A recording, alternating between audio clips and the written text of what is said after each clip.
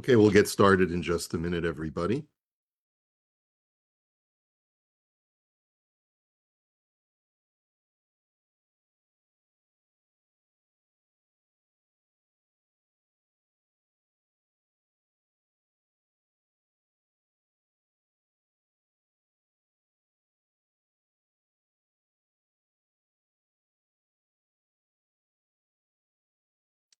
Hi, everyone. This is Daniel Karapkin speaking to you from Thornhill, Ontario at the Bayit for webyeshiva.org.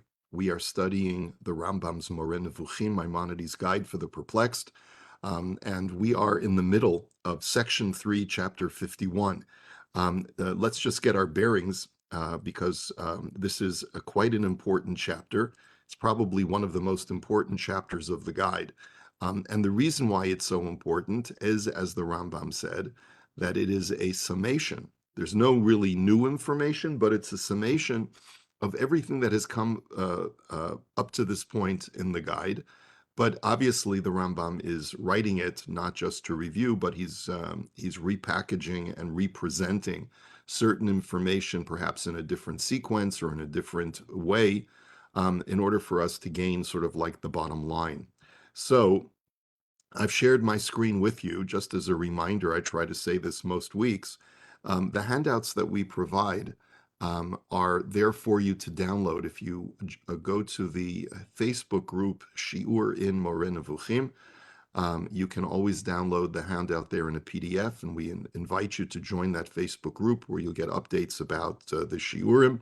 And also on webyeshiva.org in the course description, you can download the PDF.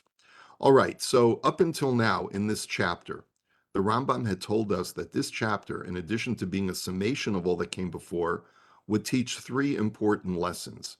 And we've decided to do our best to try and break this chapter down into three different shiurim. Yet last week we talked about the first topic, which was proper worship for someone who has attained proper knowledge of God. The second topic is the way to attain that level. In other words, the specifics, tachlis. How does a person reach that ultimate level, which the Rambam says is synonymous with nevuah, with prophecy? How do you attain that constant knowledge and intellectual bonding with the Almighty? And number three, the special providence that is due to such a person, what we would call hashgacha pratit. We're not going to do that today. We're going to cover the mechanics of how to attain this ultimately high level of intellect. The Rambam had described the 7 levels of humanity up until now, the highest being that of the prophet, who, after spending great effort and time in studying God and the universe, comes to a true understanding of God, and then spends every opportunity enhancing that knowledge through Torah, mitzvot, and further intellectual speculation.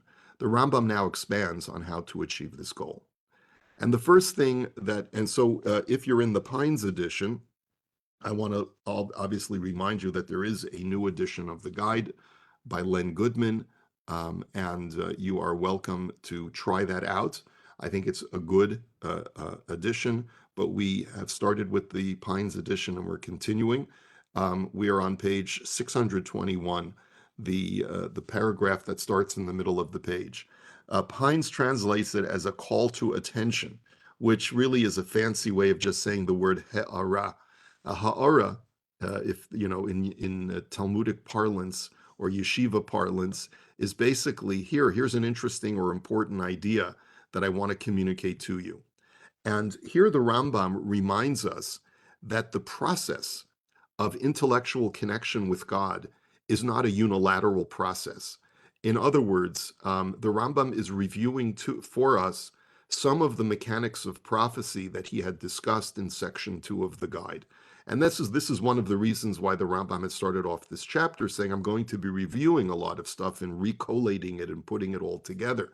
And in section 2 of the guide, a huge amount of space, several chapters, were devoted towards the principle of prophecy and how not all prophecies are alike and the different types of prophecy and what part of the mind is utilized in order to achieve prophecy. And in that context, the Rambam had talked about a very Aristotelian idea, describing God as a being that provides shefa in Hebrew, or overflow, an emanation that overflows from God, which is pure intellect.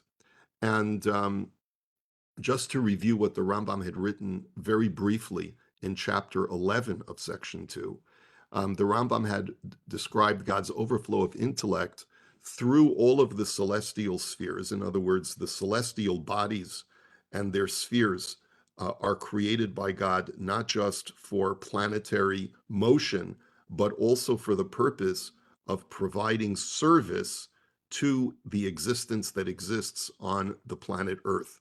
Because for the Rambam, as for all medieval philosophers, the only important planet, the only important existence is ours.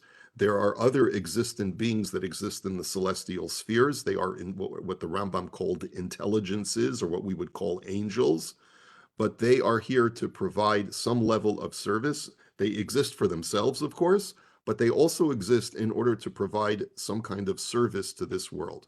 They give rise to the elements, but also from the Rambam's perspective, and this is again based on Aristotle, that God overflows his intellect to these celestial spheres, and the celestial spheres in turn overflow what they have received from the previous entity, starting from the prime cause, or God, and then eventually this overflows to the final sphere, known as the active intellect, which is a celestial entity, or an angel, if you will, that overflows of its intellect that it has received through this process. And this intellectual essence, I guess, flows into our world so that man can receive it. It is as if, I guess, what you would compare it to, and this is just reviewing what we have learned before, a radio tower sending forth its waves of information is available for everyone to receive it. And the individual mind is sort of like the radio or the receiver, who has to be tuned to the right frequency, has to have sufficient electricity and megahertz or whatever it is to be able to pick up the transmission.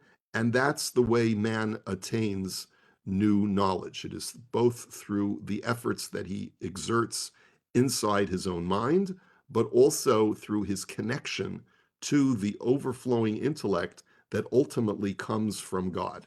And as the Rambam had said in chapter 11 in section 2, the nature of the influence which one part of the creation exercises upon another must be explained as follows. A thing perfect in a certain way is either perfect only in itself or for itself, without being able to communicate that perfection to another being, or it is so perfect that it is capable of imparting perfection to another being. And of course, because God is the most perfect being, God, by his very nature, overflows of his essence and shares that with all of his creation. A person, as an example, may possess wealth sufficient for his own wants without being able to spare anything for another. Or he may have wealth enough to benefit also other people, or even to enrich them to such an extent as would enable them to give part of their property to others. In the same manner, the creative act of the Almighty in giving existence to pure intelligences endows the first of them with the power of giving existence to another, and so on, down to the active intellect, the lowest of the purely spiritual beings. So I hope that's what I did before I read this text was a bit of a synopsis, or a sort of a prelude for that. Now, in chapter 37 of section 2, the Rambam described the overflow emanation from the active intellect to human intellect in one of three ways.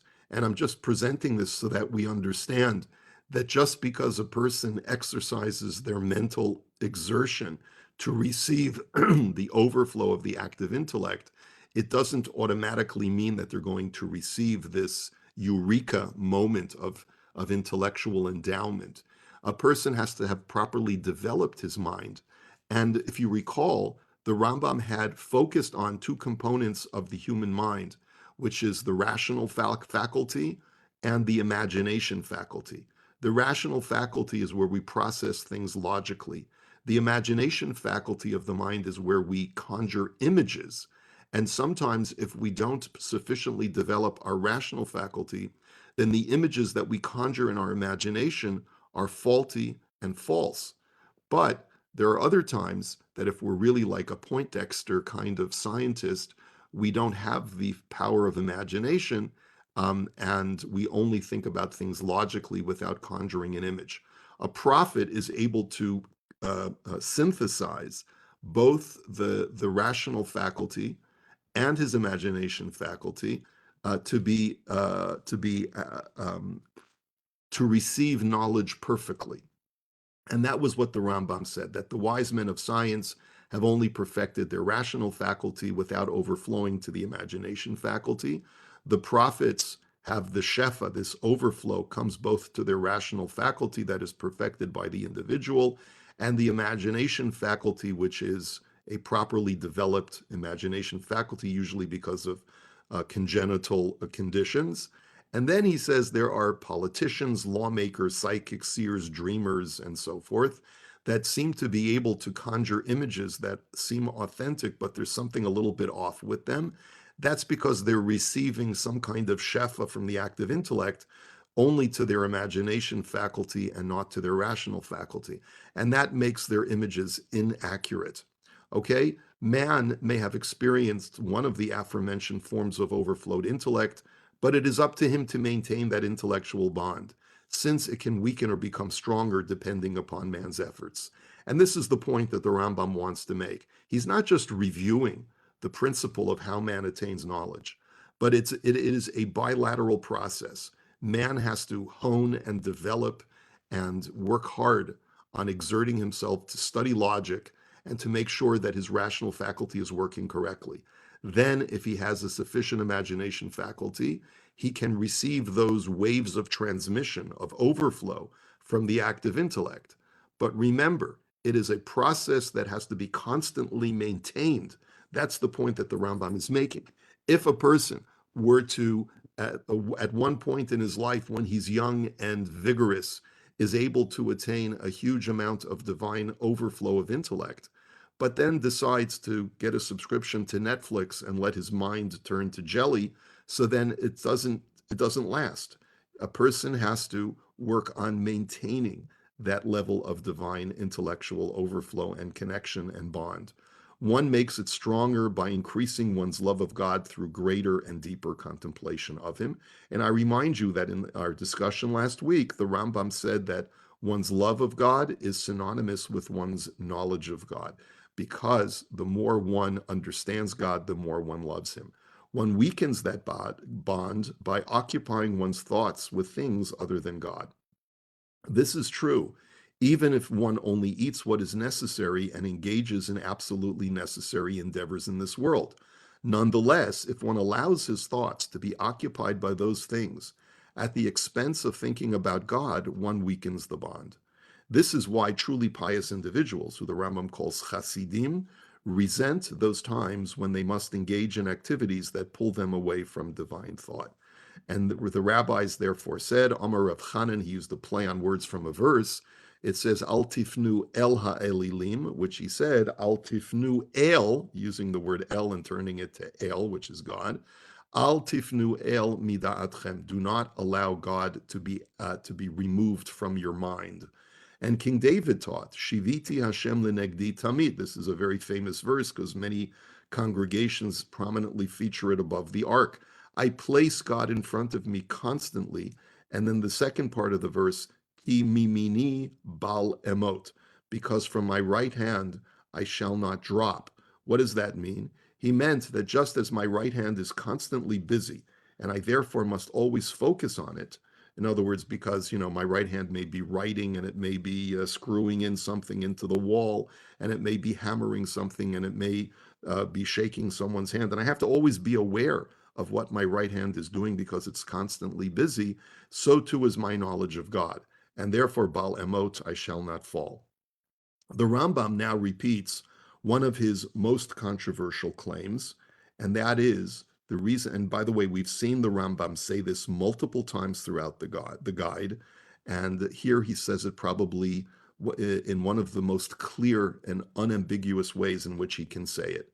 That the reason why God gave us so many commandments, so many mitzvot, is so that we could occupy our minds with thoughts of serving Him instead of occupying our minds with mundane things. In other words, as an Aristotelian, if the Rambam is going to be able to successfully reconcile Aristotelian philosophy with the Torah, he must conclude that because Aristotle believed that when one uses their humanity to its fullest degree, one has reached the apex of humanity. And since the sole identifying feature of humanity is the mind, is the intellect, because our bodies are things we share in common with animals. So our humanity translates into the perfection of our minds. If so, why do we have mitzvot ma'asiot? Why do we have bodily commandments? The answer is that the whole purpose of the commandments is to direct our thoughts properly so that we can perfect our intellects. In other words, and this is a bit of a way of saying it somewhat dramatically, the mitzvot are not always an end unto themselves, but rather a means to a greater end. I shake the lulav on Sukkot not because of some kind of cosmic frequency that I trigger by shaking the lulav, as perhaps some Kabbalists would suggest, but rather by shaking the lulav, I direct my mind to focus on my service of God and that my blessings in my field have come as a result of God's blessings to me, and these actions redirect my mind to focus on specific things that will help in perfecting my intellect by bonding completely with the active intellect and ultimately with Hashem. Accordingly, it would be purposeless to do a mitzvah while thinking of mundane things. And of course, prayer is the prime example for the Rambam.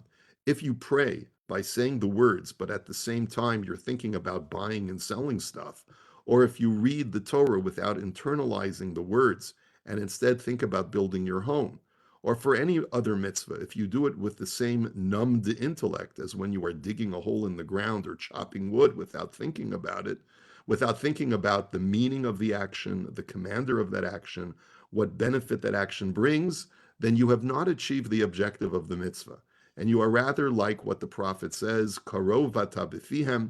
Jeremiah criticizes his people by saying, you, God, are close to their mouths, but v'rachok mikilyotehem. But you are distant from their kilayot, which usually translates either as kidneys or their inner thoughts. In other words, they're not thinking about you, God, even though they're davening. And that word davening is probably abhorrent to the Rambam, because you don't daven, you pray, and your prayer is an intellectual exercise. And that's why the Rambam had cited that idea of avodah shebalev, the whole idea that prayer is what is known as serving God in your heart or in your inner thoughts, because the purpose of prayer is to redirect your thoughts to something very lofty so that you will conjoin with God. And then he says, number 3, I will now teach you how to accomplish the goal of constantly thinking about God.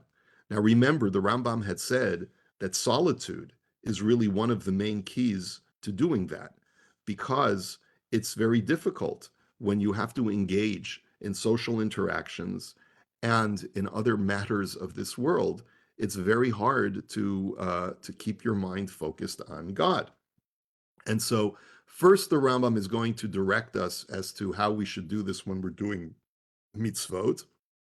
And then he's going to share with us some secrets as far as how, even when you perforce have to socially interact and be a part of this world, how even during those times it might be possible to still be bonded intellectually with God.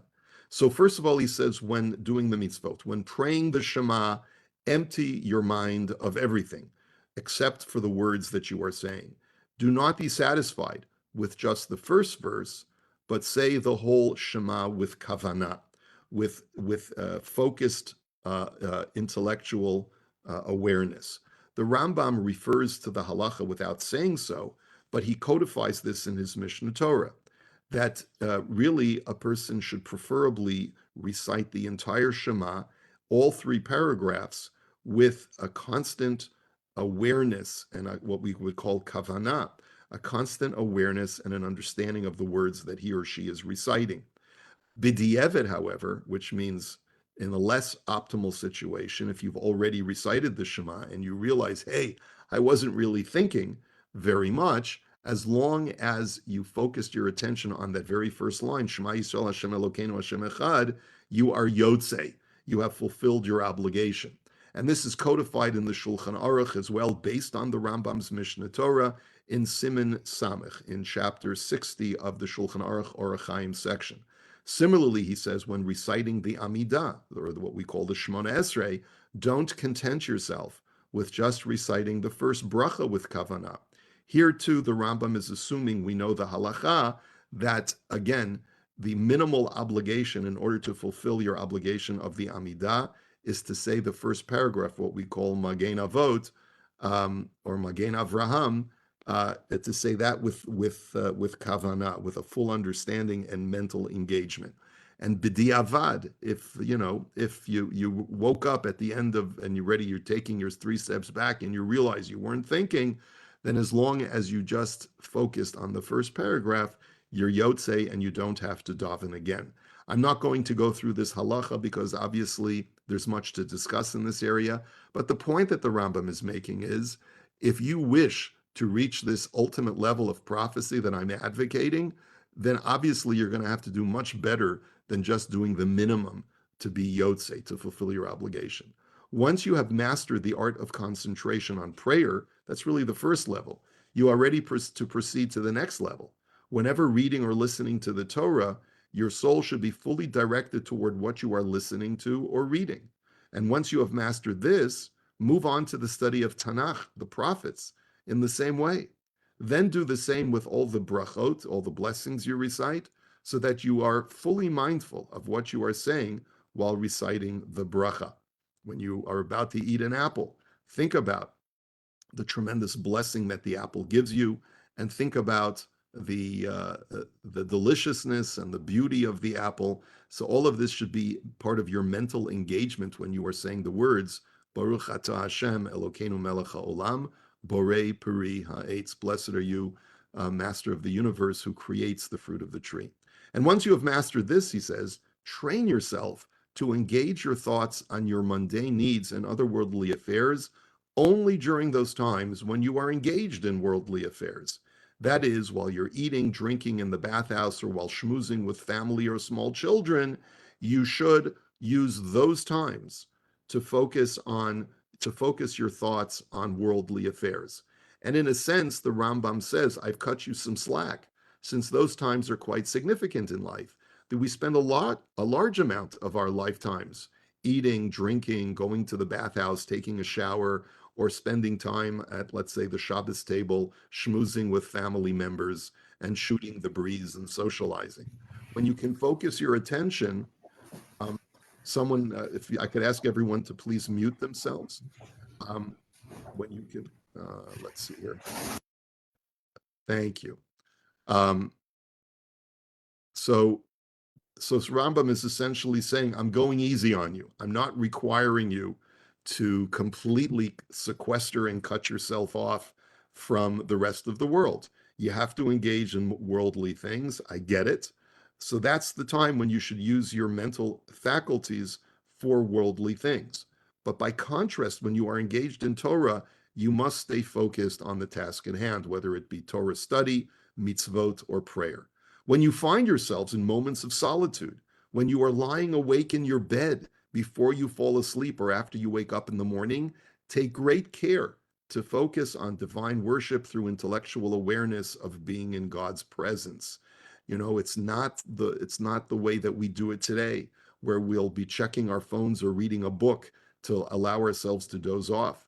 To the contrary, the Rambam says that true mindfulness is to take those moments where we're not engaged in the world around us, and maybe we're not engaged in mitzvot either, but let's use that time to focus on our awareness of being in God's presence and being grateful to be able to bask in the divinity. As I've explained previously, this can only be accomplished properly when one has gone through the intellectual training of studying the sciences and truly understanding God, not by way of emotions, imagination, or imagined actions. It's a bit of a discrepancy in the way that the translators translate the Arabic. Some say it's imagination, and some say it's like made up actions like crying, body movements, lifting the eyes heavenward, and the like. But the point is that the Rambam is saying, if you are not a philosopher, if you have not gone through the proper training of understanding the nature of the universe as it truly is, to the greatest extent that a human mind can process this information, then just being a pietist without having gone through the proper intellectual training and exercises in logic and philosophy, then you're not going to be able to really achieve very much. And we talked about this last week as well. Through the proper training, however, this level of prophecy can be achieved. And this goes again to the Rambam's assertion that he's made a number of times that prophecy cannot be achieved by someone who is uneducated, who is unsophisticated intellectually. It's not that it's an endowment that comes boom, into your mind without the proper mental preparation. Next, number 4. The perfected individual can be part of both worlds at the same time. And here's where the Rambam says, I'm going to take it even one step further. Whereas up until now, I've said that when you're engaged in worldly affairs, that's when you can use your mind for those endeavors. But I'm going to go one step further, that the truly devoted servant of God who wants that ultimate bond, said for that person, it is possible that a person has attained so much of this truth that even while he's speaking intelligently with another person and or engaging in his worldly needs, at the same time that he's schmoozing with someone at Kiddush, over Cholent, his thoughts are completely focused toward God, and God is in front of him and constantly in his heart. This is a very, very jarring statement because essentially what the Rambam is suggesting is that you can be sort of thinking about two things at the same time. I'm having a very nice conversation about, let's say, who won the American elections with a guy at Kiddush that I see after davening. And we're having a very nice conversation. There's no Lashon Hara. There's nothing wrong with it. It just is a mundane, uh, very much of this world kind of conversation. The true chassid, the true pious individual, can't wait to leave that conversation. But even more than that, he eventually arrives at some kind of mental acrobatic skill that he can be thinking of God and the sublime ideas about God that the Rambam has talked a little bit about throughout the guide, while I'm holding a conversation about who won the elections in the United States. In other words, you're almost like on two different mental levels, and you're not dedicating yourself completely to the person you're conversing with because you still want to stay connected with God and thoughts of God. And this is the meaning of the verse. And the reason why this is a little bit problematic, and I'll get to this at the end of our discussion today, the reason why I think it's a little bit problematic is because, if the Rambam really felt this way and lived his life this way, then it would seem to me that if I was having a conversation, if you can all imagine having a conversation with the Rambam, okay? So if you know this is what he feels, then you're probably thinking to yourself, number one, I'm wasting this man, holy man's time. I shouldn't be bothering him with my silly questions. And number two, he's probably not thinking that carefully about what I'm saying because his mind is somewhere else. And the Rambam says that it is possible and perhaps even preferred for a holy person to be engaged in this endeavor. But he says, okay, think about that for a minute. And he says, but this is the meaning of the verse in Shir Hashirim, in the Song of Songs, Ani yeshena v'libi er. I'm sleeping, but my heart is awake. Why? Because kol dodi dofek. Because the voice or the knock of my beloved, the voice of my beloved is knocking at my door. In other words, I'm able to be sort of in a slumber-like state, meaning not literally sleeping, but in a state where I'm engaged in the affairs of this world, which is like sleepiness, like a dream state. It's not real, okay? But at the same time, I'm fully alive and awake in my intellect because my beloved is communicating with me. That's what the truly holy person is capable of doing. And he says, I do not claim that all prophets were able to achieve this level, but Moshe Rabbeinu certainly did, Moses did. And he quotes 3 verses that seem to indicate this, that as it says, V'nigash Moshe levado el Hashem, Moshe himself had this unique entree that no other person could have with God. And it says that he was with God for 40 days and 40 nights, which means that he was, as we said earlier in this chapter, he was able to completely divest himself from any bodily needs because he was ultimately close with God intellectually, and so forth. And the point that the Rambam is making is that a person can become so lofty in his intellectual connection with Hashem that even when he's physically visible and even animated in the affairs of this world, but he's really in another dimension. There's really a whole big chunk of him that's in a completely other place. Next, we have explained the meaning of these verses above as being the highest rank of prophecy to the point of not even the body functioning or requiring fuel to function. That's why Moshe didn't need to eat or drink. And then the Rambam says Moshe was not unique in this respect, but this was also the rank of our three patriarchs, Avraham, Yitzchak, and Yaakov, whose lives we are reading right now as we go through the book of Genesis. Through their nearness to God, the result was that God became known in the world through them, which is why God introduced himself to Moshe thusly. When Moshe asks God in their first encounter at the burning bush, he says, "The Jewish people are going to ask me, who is this being that I am representing?" So God says to Moshe, "Ko tamar el bnei Israel," so shall you say to the Jewish people, "Hashem Elokei Avotechem." It is Yud Ke Vav Ke, the four-letter name of God, who is the God of your forefathers, Elokei Avraham, Elokei Yitzchak, Velokei Yaakov. I am the God of Avraham, the God of Yitzchak, and the God of Yaakov, meaning that understand that all three of these patriarchs had this unique relationship with me. And as a result, I seek that relationship with all of Bnei Israel as well. Because of their intellectual union with God, God in turn made a lasting covenant with each of them, as it says in Sefer Vayikra, at the very end of the Tochacha, of the great rebuke, God says, "V'zacharti et briti Yaakov," I will remember my covenant with Jacob, my covenant with Isaac, and my covenant with Abraham. These four individuals, the Rambam says, the patriarchs and Moshe, achieved apprehension and love of him, as the texts testify. As a result, they were privy to great providence over themselves and their possessions. We see from the biblical narrative that even during their righteousness, they were engaged in worldly affairs, governing people, increasing their wealth, and acquiring property. And the Rambam says that for me, this is a proof that they performed these actions in limb only, while their intellects were constantly in God's presence. So while Avraham, for example, have been busy purchasing the cave of Machpelah for his wife Sarah's burial site, and was having a completely engaged conversation with the Bnei Chet, the descendants of Chet, who were selling the property, his mind was completely engaged with God and not really of this world. And the point that I think that the Rambam is making, what does he mean that this is a proof? The fact that the Torah devotes so much space to their worldly pursuits, their acquisition of wealth, their travels, the Isaac's digging of wells, Jacob's engagement with his brother and with his father-in-law Lavan, and so forth. Why does the Torah tell us these stories? It's telling these stories that because it's trying to communicate to us, you can be on two levels of existence at the same time. You can be ultimately holy to deserve God making a unique covenant with you that is everlasting, because you have perfected yourself intellectually and are constantly basking in the divine presence. And at the same time, like the Rambam has said before, be existing in this world, holding conversations and interactions, while at the same time being intellectually connected with God.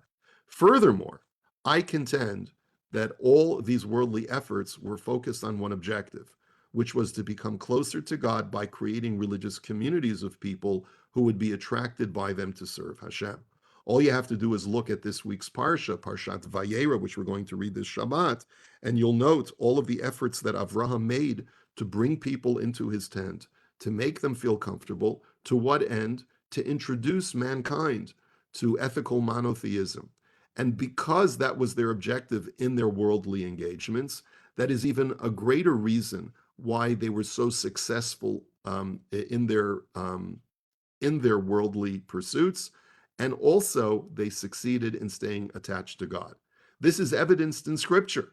As it says, we're going to read this in this week's Torah portion, Ki Yadativ, I know Abraham. I love him, according to Rashi, or I exalt him, or I elevate him, according to the Ramban. That's what the word Yadativ means. Lema'an asher yitzavet banavet beito acharav, because in order, the reason why God says I endear Abraham and elevate him is in order that he will be able to give charge to his children and his household afterwards. They will observe the way of God to do that which is virtuous, the righteous thing, and the just thing. And and the Rambam basically says that the reason why God made this everlasting covenant and the reason why they were so successful in being able to maintain both their worldly success and their spiritual or intellectual connection with God is because the reason why they engaged in worldly affairs was for the sake of bringing people under God's divine wings divine wings. This is one of the highest levels of divine worship, to guide others in the unity and love of God. Now, by the Rambam mentioning both these points, I would like to suggest, the Rambam had said really two things. The Rambam had said that it is possible for a person to be on two different levels of intellectual connection. He can be engaged in the world, plus he can be engaged with Hashem at the same time. But then he sort of hedges his bets, I think. I think in the second part, he's suggesting, no, you're completely focused on the subject at hand in this world of bringing people into your tent, of buying a burial site for Sarah and doing it politely and in a very upright, what we would call in Yiddish, an ehrlich way. And why are you doing it? Because you want to sanctify God in this world. You want to be a representative, an ambassador of God in this world, to be able to create adherence to God in this world. And it seems to me that in this second sort of the way that Rambam is phrasing it, he's perhaps suggesting that maybe it's not that you're thinking of God while you're schmoozing with someone in this world, but maybe the schmoozing itself is considered to be a lofty endeavor because in the back of your mind, you're doing it so that you can endear people to God.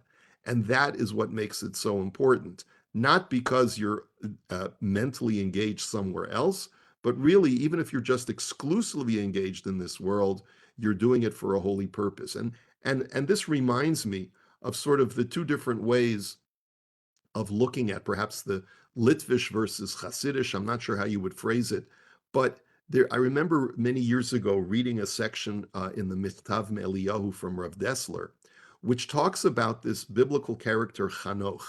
The Torah says, "Vayithalei Chanoch et ha'Elokim ve'einenu ki lakach oto Elokim." That Chanoch was sublimely holy. He walked with God, and then God took him out of the world and elevated him to the status of some kind of angel. The point is, the Zohar asks the question, what did, or the Medrash asks, what did Chanoch do for a living? And the Medrash answers that Chanoch was a cobbler. And va'al kol tfira utfira haya miached yichudim lekono. Every time he took a stitch of the shoe to make the shoe, he would be able to think about God in a sublime way. Each stitch had a different way of him thinking about God. And the question that Rav Dessler raises from one of his Rebbeim, Rabbi Yisrael Salanter, is how can you do that? If you're engaged in making shoes for someone, how can you be thinking about sublime and holy things? Isn't that going to distract you from your task at hand? And isn't that being not completely faithful to your customer who's counting on you to stay focused on his pair of shoes in order to make sure that you get the best pair of shoes possible?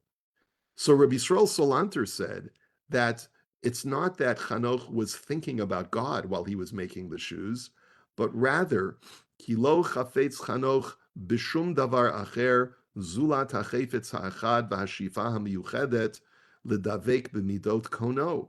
That what he was doing was that he was making sure that the shoes would be the best possible pair of shoes.